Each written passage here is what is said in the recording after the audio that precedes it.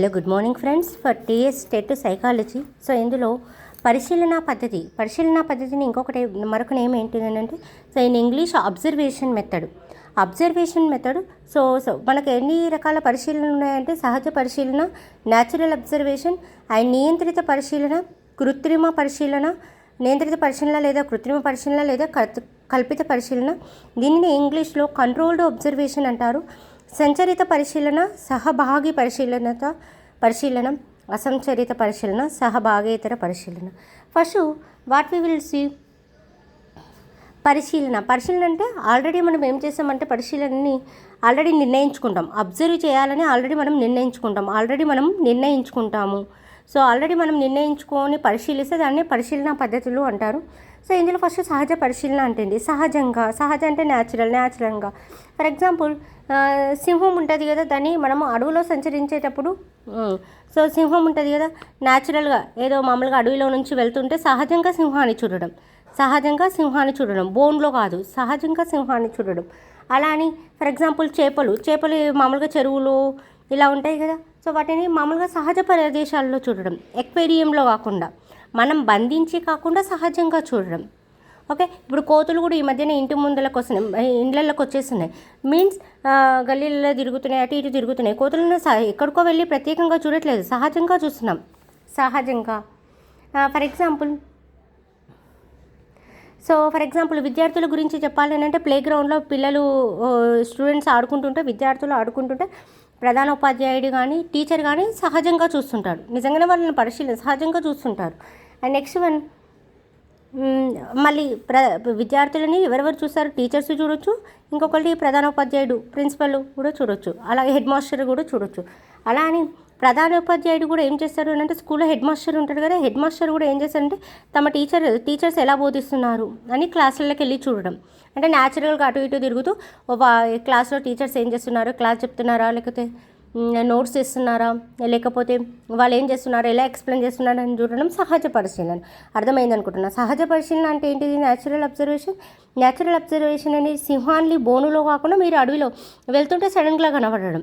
అలాగే కోతులు కూడా మనం కోతులను చూడాలని వెళ్ళట్లేదు, సహజంగా కనబడుతున్నాయి. చేపలను కూడా మనం కావాలని చూడట్లేదు, చేపలు సహజంగా చెరువులో ఉంటాయి కదా, చెరువులో చేపలను చూడడం.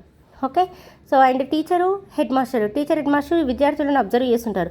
హెడ్ మాస్టర్ మళ్ళీ ఇంకొక పని చేస్తుంటాడు. ఏంటిదంటే టీచర్స్ క్లాస్లో ఎలా చెప్తున్నారు, టైంపాస్ చేస్తున్నారా, లేకపోతే నిజంగానే క్లాసులు తీసుకుంటున్నారా, నోట్స్ ఇస్తున్నారా, ఎలా ఉంటున్నారో అని అబ్జర్వ్ చేయడం. దీన్ని సహజ పరిశీలన అంటారు. నియంత్రిత పరిశీలన లేదా కృత్రిమ పరిశీలన లేదా కల్పిత పరిశీలన.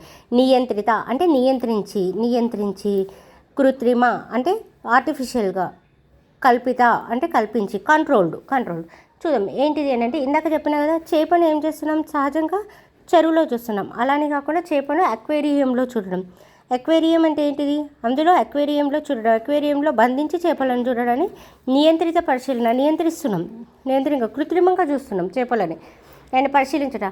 సర్కస్లో జంతువులను పరిశీలించడం. సర్కస్లో కోతిని తీసుకొచ్చి దాంతో ఆడిపించి అలా ఇలా ఎగిరి జంపులు చేపిస్తారు కదా, వాటిని చూడడం. అండ్ నెక్స్ట్ వన్, మామూలుగా ఇంకేం చెప్పొచ్చు మనము, మనం చిన్నపిల్లల్ని కావాలని కొట్టి వాళ్ళు ఎట్లా ఏడుస్తారో అని చూడడం కూడా ఒక దీని కిందకి వస్తుంది. మళ్ళీ బోన్లో పులిని, సింహాలని వాటి నుంచి కూడా మనము అబ్జర్వ్ చేయొచ్చు. సో చేపని అక్వేరియంలో ఉంచి మనం పరిశీలించడాన్ని ఏమంటారంటే నియంత్రిత పరిశీలన లేదా కృత్రిమ పరిశీలన అంటారు. ఓకే, నెక్స్ట్ సంచరిత పరిశీలన, సహభాగ పరిశీలన. ఇలాంటి క్వశ్చన్స్ రావడానికి ఛాయిస్ ఉంటుంది. సంచరిత పరిశీలన లేదా సహభాగ పరిశీలన అంటే ఏంటిది అని అంటే ఇందులో ఇప్పుడు పిల్లలు గేమ్స్ ఆడేటప్పుడు అందులో ఎవరైతే పరిశీలిస్తున్నారో వాళ్ళు కూడా సంచరిత సహభాగి అంటే ఏంటిది, అందులో పార్టిసిపేట్ చేస్తుంటారు. ఫర్ ఎగ్జాంపుల్ ఏదైనా స్కూల్లో ప్రాజెక్ట్స్ ఇస్తుంటారు కదా, ప్రాజెక్టు ఇచ్చినప్పుడు లేకపోతే విహారయాత్రల్లో టీచర్ కూడా పార్టిసిపేట్ చేస్తాడు. అంటే టీచర్ కూడా అందులో పాల్గొని వారితో పాటు ఉంటూ వాళ్ళని అబ్జర్వ్ చేస్తారు. వాళ్ళకి తెలియనివి వారికి ఏమేమి తెలుసు, వాళ్ళకి తెలియకపోతే వాళ్ళకు తెలుపుతూ ఉంటాడు, ఇలా చేయాలి అలా చేయాలి అని. అంటే ఇండైరెక్ట్గా అబ్జర్వ్ చేస్తారు, ఎవరు ప్రాజెక్ట్ చేయట్లేదు, విహారయాత్రలు ఎవరు అబ్జర్వ్ చేయట్లేరు, ఎవరు ఎలాంటి క్వశ్చన్స్ అడుగుతారు, ఎవరు ఎలాంటి క్వశ్చన్స్ అడగట్లేదు. వీటన్నింటిని కూడా అబ్జర్వ్ చేస్తారు. సహభాగ సంచరిత పరిశీలన అంటే ఏంటిదంటే సహభాగ అంటే అందులో పాల్గొంటారు, వాళ్ళతో పిల్లలతో పాటు పాల్గొంటారు. ఫర్ ఎగ్జాంపుల్ ప్లేస్ మామూలుగా స్పోర్ట్స్ ఉంటాయి కదా, మామూలుగా ఆగస్టు 15th ఆర్ జనవరి 26కి స్పోర్ట్స్ ఉంటాయి కదా, అప్పుడు ఏం చేస్తారు అని అంటే వాళ్ళు స్పోర్ట్స్లో ఆడేటప్పుడు కూడా సార్ టీచర్ ఆర్ మేడం ఏం చేస్తారంటే వాళ్ళతో పాటు ఆడుతూ ఉంటారు. ఆడినప్పుడు కూడా వాళ్ళని అబ్జర్వ్ చేస్తారు, ఎవరు ఎలా ఆడుతున్నారు, సో ఎవరు ఎలా ఆడుతారు. కొందరు ఏంటి అని అంటే చీట్ చేస్తుంటారు. సో ఇందులో ఎవరు కరెక్ట్ ఆడుతారు, ఎవరు రూల్స్ని ఫాలో అవుతారు, ఎవరు రూల్స్ని ఫాలో కావట్లేదు అని టీచర్ అబ్జర్వ్ చేస్తారు. అంటే ఇక్కడ మొత్తానికి ఏంటిదంటే సహభాగ పరిశీలన. సహభాగి పరిశీలన అంటే ఏంటిదంటే విద్యార్థులతో పాటు టీచర్ కూడా పార్టిసిపేట్ చేయడం. అసంచిత పరిశీలన అంటే సింపుల్గా యూ కెన్ సీసీ కెమెరాలో చూడడం. వీళ్ళకు ఎవరైతే విద్యార్థులు ఉన్నారో వాళ్ళకి తెలియదు, ప్రధాన ఉపాధ్యాయుడు కానీ టీచర్ కానీ సీసీ కెమెరాలో చూస్తున్నాడు అని విద్యార్థులకు తెలియదు. ఇక్కడేమో వాళ్ళతో పాటు పార్టిసిపేట్ వాళ్ళని అబ్జర్వ్ చేస్తారు. ఇక్కడ ఏంటి వాళ్ళతో పాటు పార్టిసిపేట్ చేయట్లేదు, ఎక్కడో ఉన్న విద్యార్థులను అబ్జర్వ్ చేయడం. ఒకవేళ పిల్లలు స్పోర్ట్స్ ఆడుతుంటే కూడా సార్ దూరంగా ఉండి చూస్తూ పిల్లల్ని అబ్జర్వ్ చేయడం.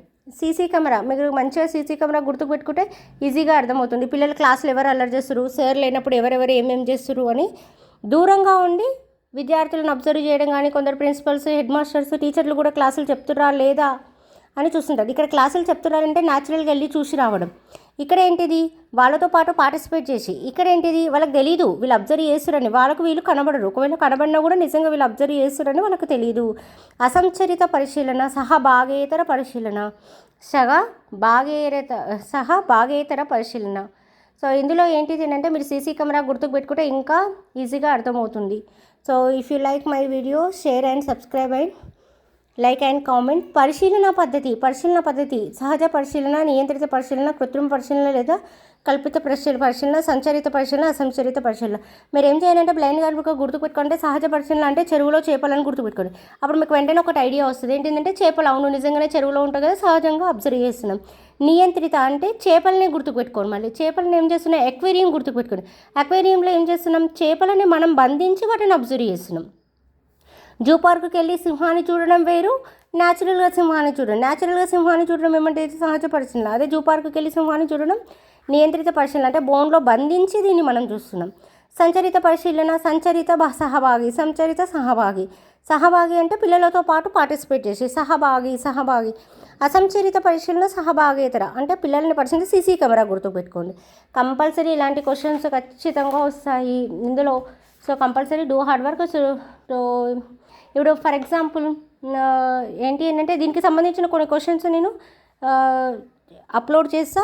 Once you have to see. So 3rd కదా, January 3rd ఈరోజు కొందరు ఎగ్జామ్ రాస్తారు, మిగతా వాళ్ళు ఉన్నారు కదా, వాళ్ళ ప్రిపరేషన్ కోసం నేను ఇలా క్లాస్ చెప్తున్నా.